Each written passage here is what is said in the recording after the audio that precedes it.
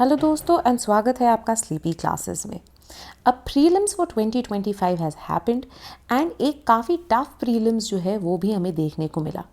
ना students who are preparing for 2026 जैसे जैसे जो एक डिफ़िकल्टी लेवल है, जो एक रैंडमनेस भी है प्रीलिम्स में बढ़ती जाती है, बच्चों का फोकस ज़्यादा से ज़्यादा प्रीलिम्स पे होता जाता है, ऑफन फॉरगेटिंग कि प्रीलिम्स जो है is one of the phases, right. ये वन ऑफ द फेजेस है पेपर का, this isn't the end game. बहुत ज़्यादा ज़रूरी है कि प्रीलिम्स के बाद अगर ये प्रीलिम्स इतना टफ बनता जा रहा है, you want to make sure that in the attempt that you clear prelims you also end up scoring great marks in your mains, so that you are increasing your chances of making through the final list of UPSC, right. और यहाँ पे mains के अंदर marks लाना plus अगर हम देखते हैं आपके पर्सनालिटी टेस्ट में भी दोनों के ही अंदर एक बहुत ही क्रिटिकल रोल होता है आपके ऑप्शनल का। एंड अगर आपका ऑप्शनल PSIR है, political science and international relations optional, one of the most sought after, one of the most popular and very importantly, चाहे ये लेंदी ऑप्शनल माना जाए, चाहे जो है थोड़ा difficult in terms of coverage of resources, in terms of जो आप वाइड डाइवर्सिटी देखते हैं, इन terms of coverage of topics, वो काफ़ी ज़्यादा होती हैं, बट क्योंकि ओवरलैप भी इतना ज़्यादा है GS के साथ, राइट, ओवरऑल नॉलेज का लेवल ही आपका इतना ज़्यादा बढ़ाता है, इसके कारण you have seen that multiple years में जो टॉपर्स आए हैं इंक्लूडिंग लास्ट ईयर, वो PSIR ऑप्शनल से आते हैं। ठीक है, तो अगर आप PSIR की तैयारी कर रहे हैं, एंड अगेन वेरी इंपॉर्टेंट, जब भी आप कोई ऑप्शनल चुनते हैं ज़रूरी है आप जाके उनके पास्ट ईयर क्वेश्चंस ज़रूर देखें, उनका सिलेबस जो है वो ज़रूर देखें, because this really helps you understand whether this optional is of your interest, right. Because एक बहुत लंबी, एक बहुत ही लेंदी जर्नी आपने बितानी होती है इस पर्टिकुलर ऑप्शनल के साथ, right. Hopefully even if you clear in your first go, आपको ज़रूर ये इंश्योर करना है कि आप तैयारी प्रीलिम से पहले ख़त्म करते हैं, मेंस के दौरान आप इसे जारी रखते हैं, एंड देन पर्सनालिटी टेस्ट में भी आप इसे होन करते हैं, राइट। सो इसलिए PYQs एंड सिलेबस देखिए और अपना इंटरेस्ट जानिए in the PSIR optional. Very importantly PSIR के अंदर ऑफन टाइम्स बच्चे सिर्फ IR एंड डायनामिक इवेंट्स पे फोकस करते रहते हैं, forgetting that when you will, which is why I've said PYQs, when you will see the paper you will end up realizing that static portion से कितने ज़्यादा questions आते हैं, and जब तक आपका ये portion जो है इसमें आपके पास clarity नहीं है, you will not end up scoring marks in your optional. Now if you're yet to prepare your optional or start its preparation, आप ज्वाइन कर सकते हैं हमारा next batch which is batch 3 for 2026। इसके अंदर हम आपको 3 वैरायटीज़ देते हैं, राइट। कवरेज उतनी ही एक्सटेंसिव है, राइट, डिपेंड करता है इंक्लूजन्स पे। पहला है मेंटरशिप कोर्स, जिसके अंदर हम आपको देंगे हमारे सारे वीडियो लेक्चर्स, राइट, एंड ये वीडियो लेक्चर्स जो है रिकॉर्डेड फॉर्मेट में होते हैं, बिकॉज PSIR एक लेंदी ऑप्शनल है and we want to ensure full coverage, right. Each and every topic जो है आपका कवर हो रहा है, आपके पास रिक्विजिट इन्फॉर्मेशन है, PDFs हैं, right. And sometimes live lectures के अंदर आप देखेंगे बहुत सारे ऐसे कोचिंग के अंदर होता है कि पेपर 1 बहुत एक्सटेंसिवली कवर करा देते हैं, पेपर 2 इग्नोर कर देते हैं, पेपर 2 एक्सटेंसिवली कवर करा देते हैं, पेपर 1 इग्नोर कर देते हैं। तो full balance and timely manner में कंप्लीशन के लिए we have recorded lectures. Very importantly बच्चों का फिर क्वेश्चन होता है कि मैम PSIR के अंदर तो डायनामिक चीज़ें भी हो रही हैं, या फिर अगर डायरेक्ट डायनामिक क्वेश्चन नहीं आ रहा बट एटलीस्ट जो है आपको एग्जाम्पल्स तो डालने होते हैं, तो वो हम कैसे कवर करें। तो उसके लिए हम monthly current affairs lectures provide करते हैं, राइट। तो फॉर एग्जांपल जून के लेक्चर्स जो हैं आपको जुलाई में मिलते हैं, राइट, जिसके अंदर हम फुल एक्सटेंसिव कवरेज करते हैं वेरियस मैगजीन से, right. So project syndicate, foreign affairs, IDSA, ORF, इन सब से कंपाइल करके आपको करंट अफेयर्स के लेक्चर्स प्रोवाइड करते हैं ताकि आप अपडेटेड भी रहें। प्लस वेरी इंपॉर्टेंटली इस मेंटरशिप के अंदर apart from the Telegram group, right, क्योंकि डाउट रेजोल्यूशन एक मेजर इशू होता है, डाउट रेजोल्यूशन के लिए हमारे पास एक प्राइवेट टेलीग्राम ग्रुप है जहाँ पे मैं और आपके एकेडमिक मेंटर अवेलेबल होंगे। इसके अलावा आपको 1-on-1 मेंटरशिप मिलेगी with very importantly a selected officer, right. तो एक सर्विंग ऑफिसर जो हैं आपको 1-on-1 पर्सनलाइज मेंटरशिप देंगे in a telephonic format. Then very importantly answer writing के लिए we have 24 mini test plus 4 half length test and 2 full length test, जिनके आपको model answers and video solutions मिलेंगे and आप लिख के अपने आंसर सबमिट कर सकते हैं, जिनको इवेल्युएट करके प्रॉपर फीडबैक के साथ आपको वापस भेजा जाएगा। इसके अलावा आपको स्कॉलर्स की cheat sheets, book reviews and कुछ इंपॉर्टेंट PYQs भी जो है कवर कराए जाएंगे in this course. Now importantly हम जो है एक कोड चला रहे हैं फ्रेश स्टार्ट, जो कि वैलिड होगा टिल 7th of June, जिसके थ्रू आप फर्दर 15% ऑफ जो है अवेल कर सकते हैं on what is already a very well priced course, right. तो 22,000 ऑलमोस्ट 22,500 में आपको ये कोर्स मिल जाएगा ना। अगर आपकी इससे रिक्वायरमेंट कम है, आप बहुत जो है mentorship with the selected officer candidate नहीं चाहते हैं, आप थोड़ा और अफोर्डेबिलिटी चाहते हैं, तो आपको ये सारी चीज़ें मिल जाएंगी एक्सेप्ट 1-on-1 टेलीफोनिक जो मेंटरशिप है विद द ऑफिसर, राइट। जो ऑफिसर कैंडिडेट है ये है हमारा PSI विद इवैल्यूएशन कोर्स, जो कि 18,629 के लिए के अंदर अवेलेबल है after the discount coupon fresh start. तो इसके अंदर सारी चीज़ें अवेलेबल है including the doubt resolution via Telegram group, right, जो रूटीन के अंदर हम कुछ जूम सेशंस करते रहते हैं, राइट। सब मिलेंगे आपको except obviously very importantly the 1-on-1 mentorship with the officer candidate, right. अगर और यहाँ पे भी आपके आंसर्स इवैल्यूएट हो रहे हैं, बट अगर आप चाहते हैं कि आप खुद ही पीयर रिव्यू करके अपने आंसर्स कर सकते हैं और आप इवैल्यूएशन भी नहीं करवाना चाहते हैं, तो हमारा विदाउट इवैल्यूएशन कोर्स भी है which is only for rupees 12,239 after discount, right. Again आप इसको और अपनी PSI की कवरेज जो है उसे भरपूर तरीके से कवर कर सकते हैं, ठीक है। तो चलिए बढ़ते हैं आज की वीडियो की तरफ, जो कि एक और स्टैटिक लेक्चर ऑफ PSI से जुड़ी है और इसे कवर करते हैं। Now after that we've discussed the main concept of democracy and किस तरह से ये evolve हुआ, we come to now looking at various forms in which democracy exists, ठीक है।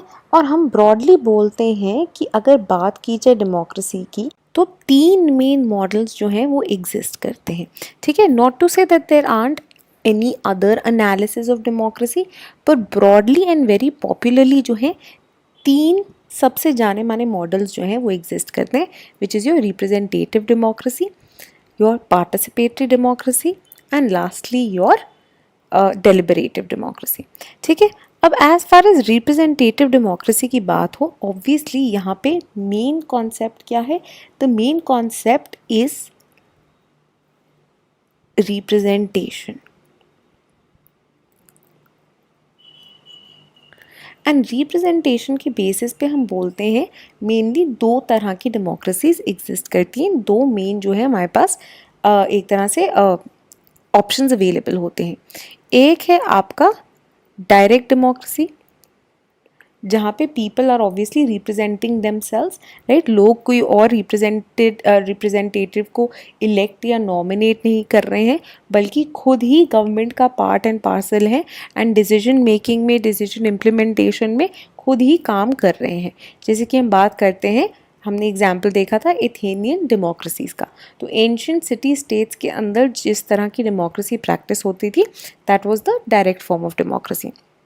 On the other hand, as states have grown bigger, larger, right, city states जैसे कि हमने देखा था आइडल पॉपुलेशन जब उनकी डिस्कस करते थे, हम बोलते थे कि 5,000 भी बहुत ज़्यादा है एरिस्टोटल के हिसाब से, ठीक है। On the other hand now we have states जिनकी populations are upwards of 1 billion people, right, huge territorial expanse. तो आप इतने सारे लोगों को एक जगह पे कैसे इकट्ठा करोगे, and how do you imagine कि हर इंसान की एक से हो इन पॉलिसी मेकिंग, ठीक है, in making the laws, in making decisions, right. This has become clearly impossible, right, because of logistical reasons, कि इतनी बड़ी टेरिटरी है, इतने सारे लोग हैं, पॉसिबल ही नहीं है उन सारे लोगों को इकट्ठे लाके उन सबको एक मौका देना to voice their opinion. And इसीलिए what has come to develop is the representative form of democracy, जिसको आजकल हम वेरी पॉपुलरली इलेक्टोरल डेमोक्रेसी के साथ भी जो है इक्वेट करने लग गए हैं, ठीक है। और ये इलेक्टोरल या रिप्रेजेंटेटिव डेमोक्रेसी का जो एक्सपेंशन है बहुत ज़्यादा हुआ है, ठीक है, specially post the second world war. जब एक वेव ऑफ डीकॉलोनाइजेशन आई तो क्या हुआ, ये डेमोक्रेटिक एंटरप्राइज का आइडिया जो है और भी ज़्यादा बढ़ गया, ठीक है। आगे हम जिस तरह से जब हम करेंगे after this module, when we look at globalization and impact of globalization on democracy, we will see how democracy and the concept of democracy जो है एक सबसे बड़ा export बन गया है from the liberal model, from the liberal western model. So democracy has been shown as being the best kind of political system there is, ठीक है। तो जब हम देखते हैं अरब स्प्रिंग के अंदर एक मेन नोशन क्या उठा था कि हम डिक्टेटरशिप्स को हटाएं और क्या लेके आए, रिप्रेजेंटेटिव इलेक्टोरल डेमोक्रेसीज को अपने देशों के अंदर प्रैक्टिस में हम लेकर आए, ठीक है। तो ये जो वेरियस वेव्स ऑफ डेमोक्रेसी आई हैं, इसके अंदर हम देखते हैं रिप्रेजेंटेटिव डेमोक्रेसी की जो पॉपुलैरिटी है because of its ease of functioning, because चाहे स्टेट जितना मर्जी बड़ा हो, जितना मर्जी पॉपुलेटेड हो, इस तरह का एक मैकेनिज्म आप डिवाइस कर सकते हैं जो कि रिप्रेजेंटेटिव इलेक्टोरल डेमोक्रेसी चला पाए, ठीक है। So because of this reason जो है रिप्रेजेंटेटिव डेमोक्रेसी की popularity and acceptance world over काफ़ी ज़्यादा बढ़ती जा रही है। तो there is obviously value reasons also, right, कि लोगों की रिप्रेजेंटेटिव्स जाके लेजिस्लेचर में उनकी वैल्यूज़ को रिफ्लेक्ट करते हैं। तो एक तरह से they are accountable to the people जिन्होंने उनको इलेक्ट करके भेजा है ना। जैसे कि हम इंडिया की ही बात कर लें, इंडिया की इलेक्टोरल डेमोक्रेसी की अगर हम बात कर लें, हम क्या कहते हैं कि जनरल इलेक्शंस क्या होते हैं, टू द लोकसभा, ठीक है। ऑब्वियसली तो लोकसभा होंगे क्योंकि राज्यसभा के इलेक्शंस क्या होते हैं, इनडायरेक्ट इलेक्शंस होते हैं, लोकसभा के क्या होते हैं, डायरेक्ट इलेक्शंस होते हैं, ठीक है। तो लोकसभा के अंदर हम बात करते हैं कि देश को जो है वेरियस कॉन्स्टिट्यूएंसीज में डिवाइड कर दिया जाता है। डीलिमिटेशन कमीशन जो है उसका ये काम है कॉन्स्टिट्यूएंसीज में डिवाइड करना, और हर एक कॉन्स्टिट्यूएंसी से एक रिप्रेजेंटेटिव जो है चुन के भेजा जाता है by the people, right, on the basis of आपका first past the pole system, ठीक है। First past the pole system मतलब कि बेसिकली सबने जाके वोट डाले, जिसके पास सबसे ज़्यादा वोट आ गए, राइट, वो जो है कैंडिडेट जीत गया और वो उस कॉन्स्टिट्यूएंसी का रिप्रेजेंटेटिव बन गया।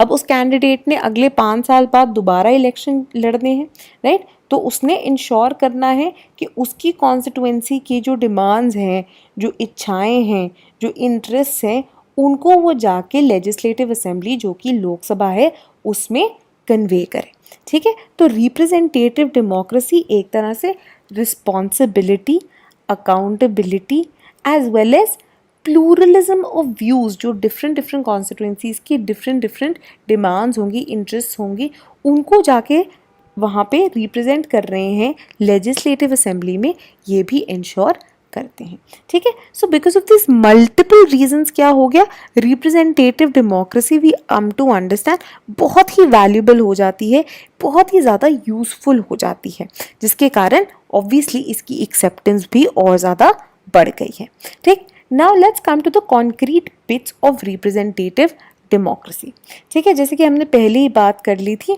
क्या है, लिबरल डेमोक्रेटिक मॉडल को, इलेक्टोरल डेमोक्रेसी को ही रिप्रेजेंटेटिव डेमोक्रेसी कहा जाता है। नाउ बिकॉज ये लिबरल डेमोक्रेटिक स्टेट्स में जल्द पहले आनी शुरू हो गई, पहली प्रैक्टिस होने शुरू हो गई, इसीलिए इनके अंदर इतनी ज़्यादा जो है एक one and the same model जो है माना जाता है। इम्पॉर्टेंटली मैकफर्सन जो है पॉइंट आउट करते हैं कि ये जो डेवलपमेंट थी 19th सेंचुरी के अंदर ही हुई।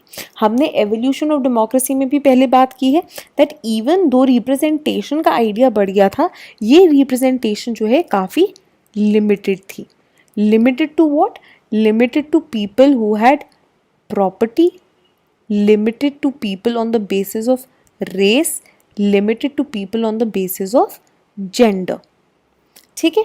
तो इन सब बेसिस पे जो है इनको लिमिट कर दिया गया था, राइट। तो in fact it was in waves के लोगों की जब डिमांड्स आई in the 18th and 19th century, जब ideas of liberty, equality, fraternity और भी ज़्यादा इंग्रेन हो गए because of American and French revolutions, that people started demanding that our say needs to be included in the government, right? अगर आप government और representatives वहाँ पे भेज रहे हैं, इन रिप्रेजेंटेटिव्स को चुनने के अंदर हमारा भी से होनी चाहिए, हमें भी मौका मिलना चाहिए कि हम वोट डालें और रिप्रेजेंटेटिव्स को चुनें, right? So you have to understand कि representative democracy might be an older phenomena, but representatives किनको चुनना allowed था, that used to be a much limited exercise, ठीक है? तो फॉर एग्जाम्पल हम कलोनियल इंडिया के अंदर भी देखते हैं, राइट? ऑब्वियसली कलोनियल इंडिया के अंदर एक कलोनियल एंटरप्राइज थी, जितने भी इलेक्शंस होते थे, जिस भी तरह के रिफॉर्म्स आते थे, वहाँ पे भी हम देखते हैं कैसे कैसे धीरे धीरे अक्रॉस न्यूमरस रिफॉर्म्स जो कि आते हैं, धीरे धीरे रिप्रेजेंटेशन की बात जो है वो बढ़ती है, ठीक है? एकदम से नहीं दिया गया था, राइट? दैट इज़ वाई हमने पिछली बार भी बात की थी कि India's decision to grant universal adult franchise in one go can be considered a very historic moment, ठीक है? तो इसीलिए रिप्रेजेंटेटिव डेमोक्रेसी के बारे में ये समझना बहुत ज़रूरी है कि रिप्रेजेंटेटिव्स भेजी जा रहे हैं, but equally important is the fact that who are involved in sending those representatives.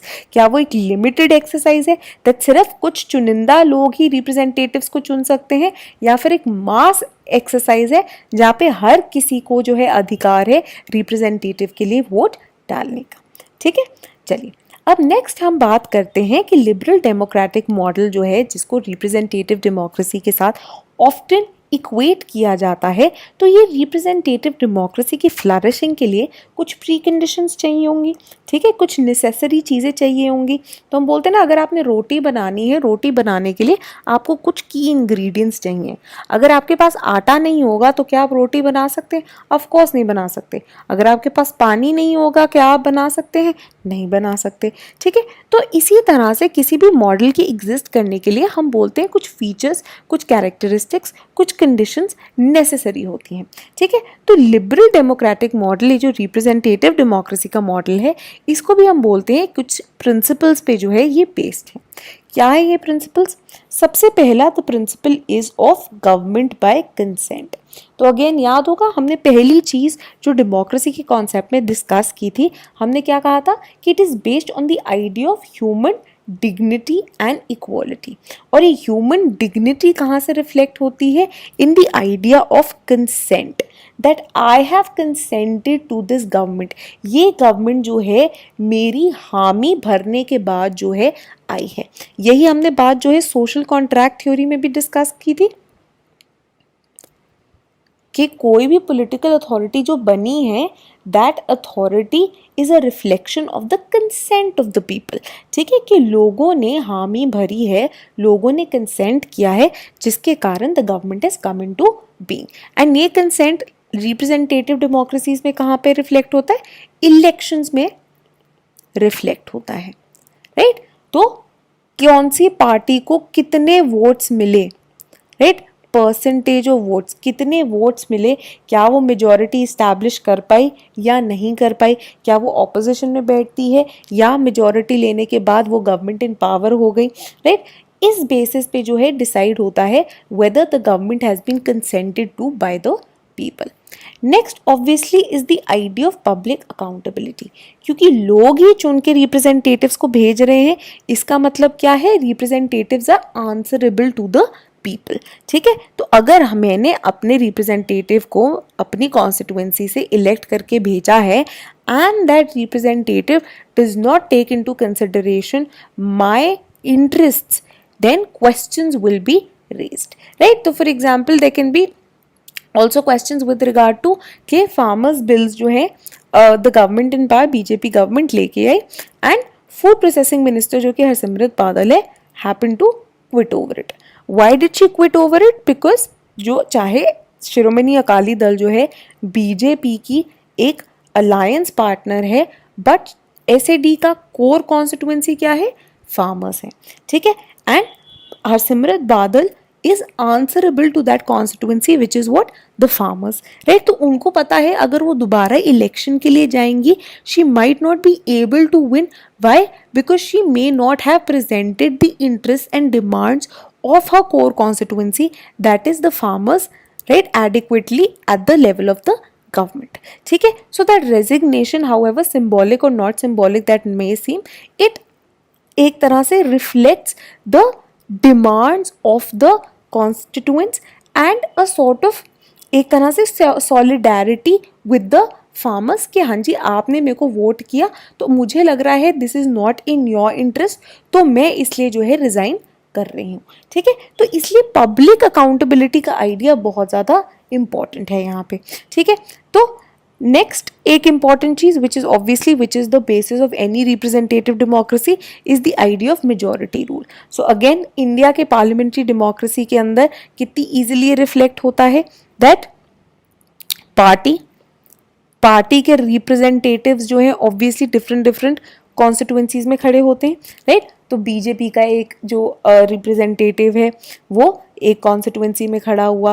Right, Congress के एक रिप्रेजेंटेटिव है वो खड़े हुए, एसपी के रिप्रेजेंटेटिव सपोज वो खड़े हुए. इनके अंदर जो है कंपटीशन हुआ एंड लोगों ने चुन लिया कि हमारी कॉन्स्टिट्यूएंसी से कौन सी पार्टी का रिप्रेजेंटेटिव जो है चुन के जाएगा. ठीक है, अब उस लेजिस्लेटिव असेंबली में लोकसभा के अंदर फॉर एग्जाम्पल जिस पार्टी को सबसे ज़्यादा वोट्स मिले on the basis of representatives elected to the Lok Sabha, right, तो जिस पार्टी को मेजॉरिटी मिल गई इन द लोकसभा वो गवर्नमेंट बनाएगी. ठीक है, so it is based on majority rule. Next importantly इसके अंदर माइनॉरिटी राइट्स की भी रिकग्निशन होती है.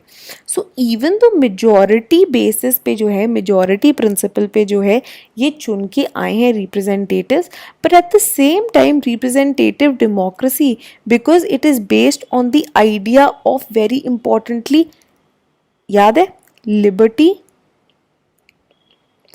Dignity and equality. तो इसका मतलब क्या है that all the citizens of the country regardless of whether they belong to majority or minority they all have to be treated equally, right? सो इसका मतलब क्या हुआ, इसका मतलब हुआ कि आपने माइनॉरिटी इंटरेस्ट को भी उतने ही कंसर्न के साथ देखना है, उतने ही एंथुजियाज्म के साथ प्रोटेक्ट करना है जितने आप मेजॉरिटी इंटरेस्ट के साथ करोगे. वाई? बिकॉज अगर आप नहीं करते हो तो ये जो बेसिक प्रिंसिपल्स ऑफ डेमोक्रेसी हैं that is liberty, dignity and equality, आप उनका उल्लंघन कर दोगे by not paying equal attention और catering equal attention to minority interest and rights. आप एक तरह से क्या बोल रहे हो, just because you are less in number you do not matter to me, right. ये क्या है, this is antithetical to the principles of democracy. ये एक तरह से उल्लंघन कर रहा है इक्वालिटी के आइडिया का, लिबर्टी के आइडिया का एंड बेसिक ह्यूमन डिग्निटी के आइडिया का. ठीक है, तो इसीलिए ज़रूरी है regardless of how small their numbers में भी माइनॉरिटी राइट्स को प्रोटेक्ट करना भी जो है रिप्रेजेंटेटिव डेमोक्रेसी का काम है. Lastly and very importantly is the idea of a constitutional government. And constitutional government क्या है? Constitutional government itself is based on certain ideas. पहली चीज़ ये एक limited government होती है, मतलब किसी भी ऑर्गन, किसी भी ऑफिस, किसी भी गवर्नमेंट के पास एब्सोल्यूट पावर्स नहीं है, राइट. एब्सोल्यूट पावर्स नहीं है to do as they please. There are certain limitations, there are certain checks and balances on the power of the government, right. These may come in the form of fundamental rights जैसे कि India के context में exist करते हैं. They may come in the form of independent judiciary, right. एक judiciary जो कि नज़र रख रही है कि पार्लियामेंट जो लॉज बना रही है क्या वो कॉन्स्टिट्यूशन को अबाइड कर रहे हैं या नहीं कर रहे हैं. And very importantly the existence of a written fundamental law of the land जो कि पहले ही डिफाइन कर रहा है कि गवर्नमेंट की पावर्स क्या है एंड इन पावर्स को वो एक्सीड नहीं कर सकती है. साथ ही में कॉन्स्टिट्यूशनल गवर्नमेंट की एक और बहुत जो इम्पॉर्टेंट फीचर होता है that is rule of law. जो लॉ है, जो कि fundamental law of the land है, that is the constitution, that is abiding on not just the people of the country but on the government itself. ठीक है, तो arbitrary manner में जो है गवर्नमेंट रूल्स नहीं बना सकती, it has to follow the basic constitution, right. उसके हिसाब से जो है ये लॉज बनाएंगे and these laws will be equally applicable to one and all. किसी भी तरह की स्पेस नहीं रहती है for any kind of arbitrary action. ठीक है, तो ये जो है कुछ कॉन्क्रीट फीचर्स माने जाते हैं कॉन्स्टिट्यूशनल गवर्नमेंट के, एंड ये माना जाता है कि रिप्रेजेंटेटिव डेमोक्रेसी का एक जो कोर प्रिंसिपल है that is the existence of your constitutional government as well. ठीक है, तो आई होप आपको ये सारे प्रिंसिपल्स जो हैं समझ में आ गए होंगे। रिप्रेजेंटेटिव डेमोक्रेसी में जो है ऑब्वियसली आपका कंसेंट जो है किस तरह से रिफ्लेक्ट होता है, through the act of voting, जैसे हमने पहले ही बात कर ली। एंड इस वोटिंग के थ्रू जो कि इलेक्शन प्रोसीजर के थ्रू आता है, तभी हमने बात की कि हम इसको पॉपुलरली क्या बोलते हैं, इलेक्टोरल डेमोक्रेसी कहते हैं। ठीक है, ऑब्वियसली इन ओल्डन टाइम्स इसके वेरियस और फॉर्मेट्स भी एग्जिस्ट करते थे कि नॉमिनेशन के बेसिस पे भी जो है रिप्रेजेंटेटिव्स को भेजा जा सकता था। हाउएवर कंटेम्प्रेरी टाइम्स में elections and democracy have become synonymous with each other, which is why representative democracy in the 21st century has come to mean electoral democracy.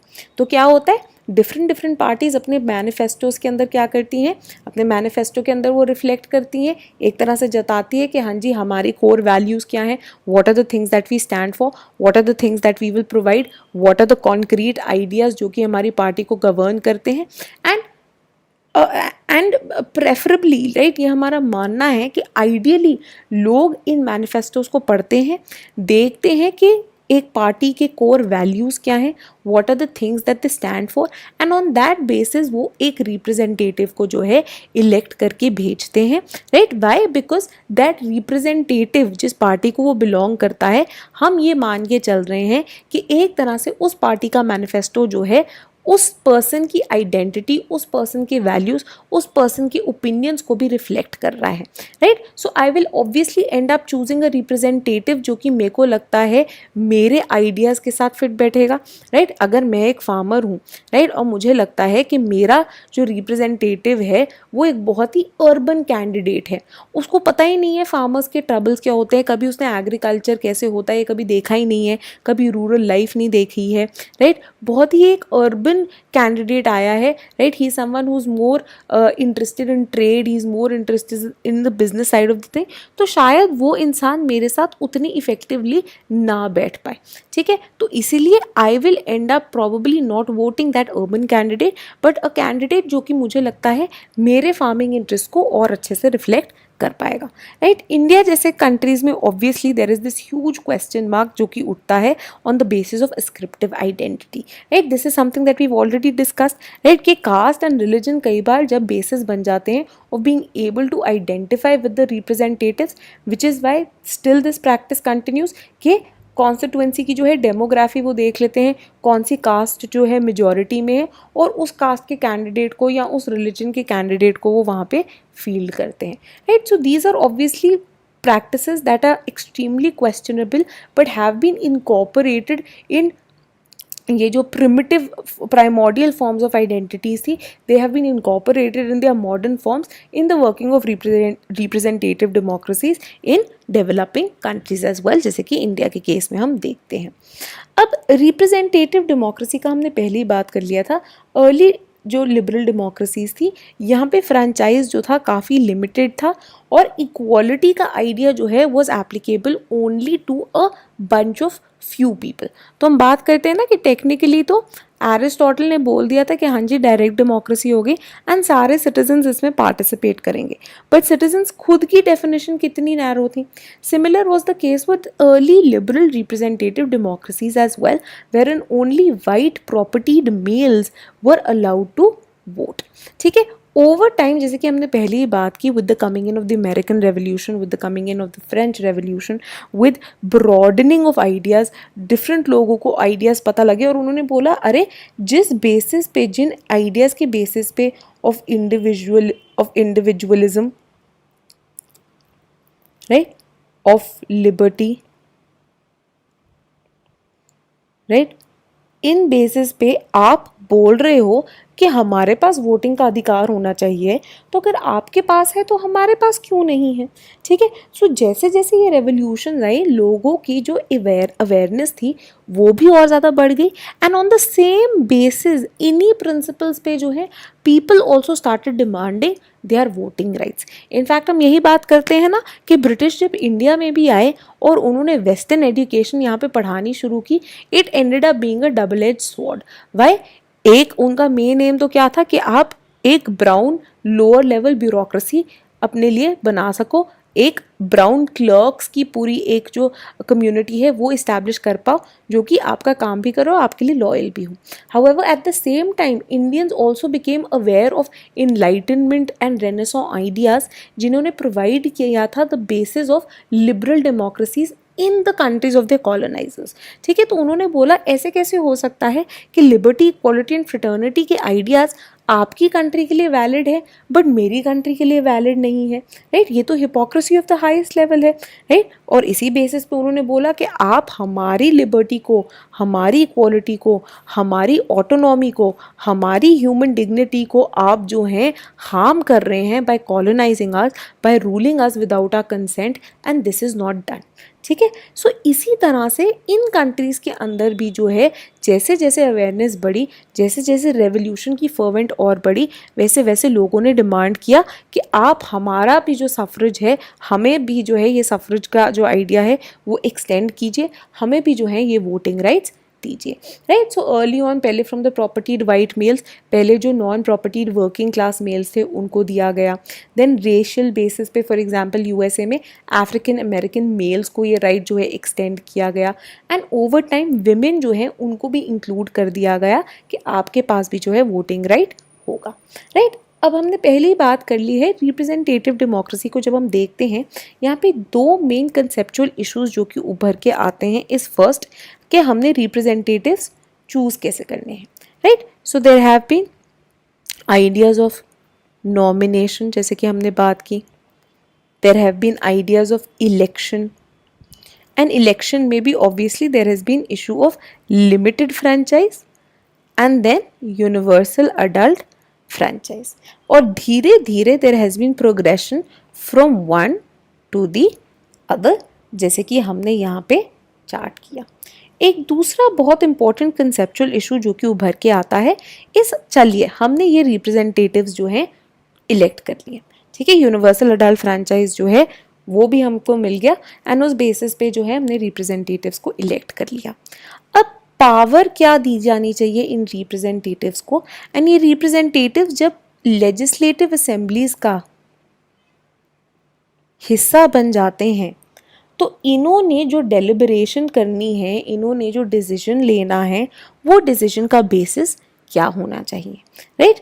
तो इस बेसिस पे जो है again several opinions are put forth by various scholars. The first model in this regard that is put forward is by Bentham, which is known as the delegate model. अब delegate model क्या बोलता है? Delegate model बोलता है, देखिए basically state जो है बहुत बड़ा हो चुका है, टेरिटरी बहुत एक्सपैंड हो चुकी है, लोग बहुत ज़्यादा बढ़ चुके हैं, तो obviously the most probable means of exercising democracy is representative democracy. And इसीलिए लोगों ने अपनी कॉन्स्टिट्यूएंसी से क्या किया है, एक रिप्रेजेंटेटिव जिसको डेलीगेट बोल लीजिए उसको चुन के भेजा है। और ये डेलीगेट को उन्होंने चुना क्यों? ये डेलीगेट को उन्होंने चुना बिकॉज उन्हें लगता है कि ये डेलीगेट उनके इंटरेस्ट को एडिक्वेटली रिफ्लेक्ट कर सकता है, ठीक है? तो यहाँ पे क्या है, यहाँ पे वो कहते हैं कि ये डेलीगेट, इस रिप्रेजेंटेटिव का काम क्या है, बेसिकली ये जो है एक माउथ पीस है of the people who have elected him and sent him to the legislative assembly. तो इनका काम क्या है, इनका काम है आपने ज़्यादा एक्सपर्ट नहीं बनना, आपने ज़्यादा जो है एक्टिविस्ट नहीं बनना, सोशल एक्टिविस्ट टाइप्स नहीं बनना, आपने क्या करना है, मियरली जो आपकी कॉन्स्टिट्यूएंसी के लोग बोल रहे हैं उनकी इच्छाओं को आपने जाके व्यक्त कर देना है in the legislative assembly, and on the basis of that he आपने सारे डिसीजंस लेने हैं, चाहे वो किसी पॉलिसी पे हो, चाहे वो किसी लॉ पे हो, right. This was against the trustee model जो कि एडमंड बर्क ने आगे रखा था in the 18th century. 18th century में एडमंड बर्क ने क्या बोला था कि जो रिप्रेजेंटेटिव्स हैं ये बेसिकली एक्सपर्ट्स हैं, एक्सपीरियंस्ड लोग हैं, राइट। लोगों ने चाहे इनको इलेक्ट करके भेजा है, बट इनका काम क्या है, इनका काम है अपनी एक्सपर्टीज़ यूज़ करना और on the basis of that expertise ये डिसीजन लेना जो कि larger community, larger national interest को जो है फुलफिल करे, rather than the narrow selfish interest of the constituency and the people residing there.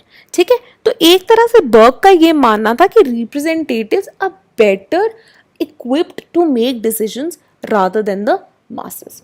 On the other hand Bentham जो कि यूटिलिटेरियन मॉडल को फॉलो करते हैं, राइट, क्लासिकल यूटिलिटेरियन है, यूटिलिटेरियन के जो है चीफ एक्सपोनेंट माने जाते हैं। उनका काम क्या है, अगेन यूटिलिटेरियनिज्म का मैक्सिमम कितनी बार कर चुके हैं, greatest happiness of greatest number.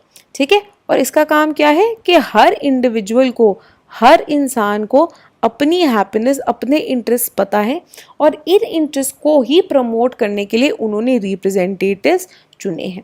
तो रिप्रेजेंटेटिव का काम क्या है, ये आपने कोई ट्रस्टी नहीं बनना, कोई देवता नहीं बनना, कोई एक्सपर्ट नहीं बन के दिखाना। जिस मैंडेट पे आपको इलेक्ट करके भेजा है, चुपचाप लोगों की जो इच्छा है, लोगों की जो डिमांड है, लोगों की जो से है, आप उसको रिफ्लेक्ट कीजिए, उसको आगे रखिए। ठीक है, इसके बियॉन्ड आपने नहीं कुछ करना। एंड अगर रिप्रेजेंटेटिव्स लोगों की डिमांड्स, लोगों के इंटरेस्ट को रिफ्लेक्ट नहीं करेंगे तो बेंथम क्या बोलते हैं, इनको रिकॉल किया जा सकता है बाय पीपल्स असेंबली। ठीक है, कि एक इलेक्टेड कैंडिडेट जो है मिडवे थ्रू द टेन्योर, उनको पीपल्स असेंबली बोलेंगे आ जाओ, वापस आ जाओ, तुम अपना काम नहीं कर रहे हो जिस काम के लिए तुमको भेजा है। क्या काम के लिए भेजा है कि हमारे जो इंटरेस्ट है उनको आगे रखना है। ये ब्रॉडर नेशनल कम्युनिटी का interest can be something else, जो बाकी लोग हैं जिनको उस चीज़ में इंटरेस्ट है वो करें। हमने तुम्हें किस लिए भेजा है, हमारी कॉन्स्टिट्यूएंसी के इंटरेस्ट रिफ्लेक्ट करने के लिए। और अगर you are not doing that job well, we will get you back and we will send someone else in your place. ठीक है, सो ये जो है डेलीगेट मॉडल का बेसिकली आइडिया था। ठीक है, कि आप इमेजिन कीजिए कि सपोजिटली किसी एक इंसान एक कॉन्स्टिट्यूएंसी से इलेक्ट करके भेजा गया।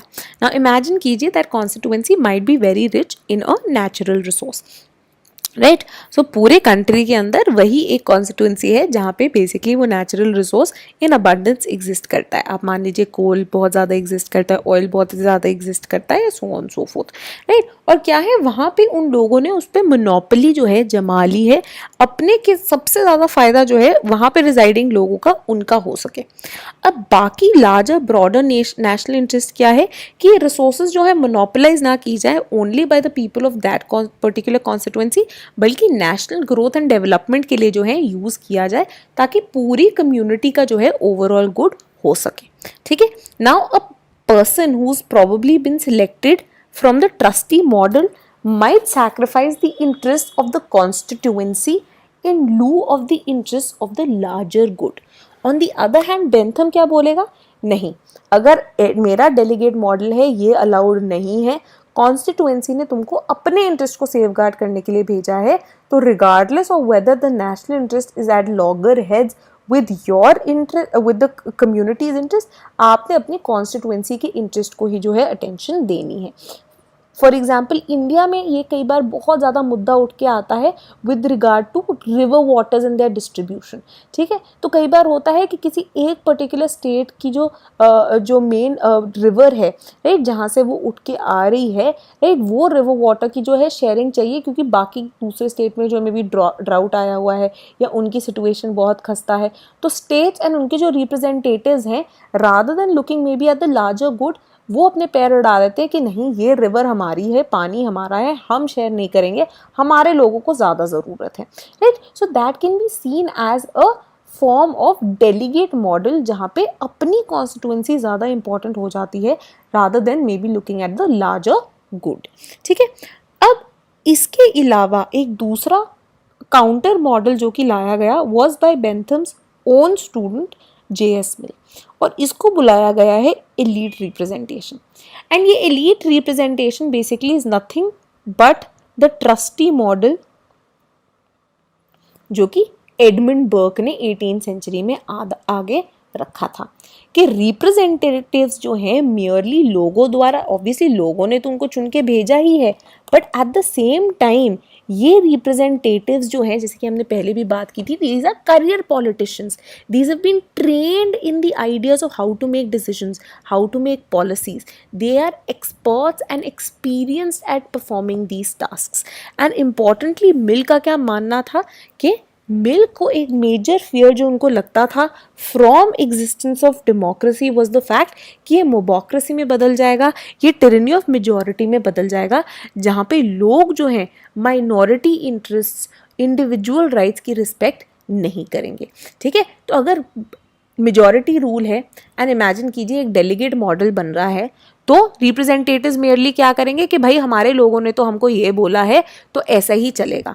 तो क्या हुआ, you and up sacrificing minority rights and there values, right. So now यहाँ पे J.S. मिल क्या कहते हैं, नहीं, that representatives should understand, because they are experts in this regard, that we have to cater to larger good, to national interest. And national interest क्या require करता है कि not just majority interest but even minority interests and rights are paid adequate attention to. क्योंकि अगर आप उनको adequate attention नहीं देंगे long term में that can become a festering problem for you, right? extremism बढ़ सकता है, terrorism बढ़ सकता है, ठीक है, इंटरनल से जो है सेसेशन मूवमेंट्स जो है वो आ सकती हैं, राइट। सो दोनों ही in terms of practicality as well as obviously a respect for human dignity and equality जो है वारंट करता है कि आप जो है माइनॉरिटी इंटरेस्ट्स जो कि नेशनल इंटरेस्ट को भी केटर कर रहे हैं, आप उस पर अटेंशन दीजिए, राइट। तो इनका आइडिया था that you look at what the community is good, the larger national interest, instead of just looking at the narrow selfish interest of the constituency and it's people.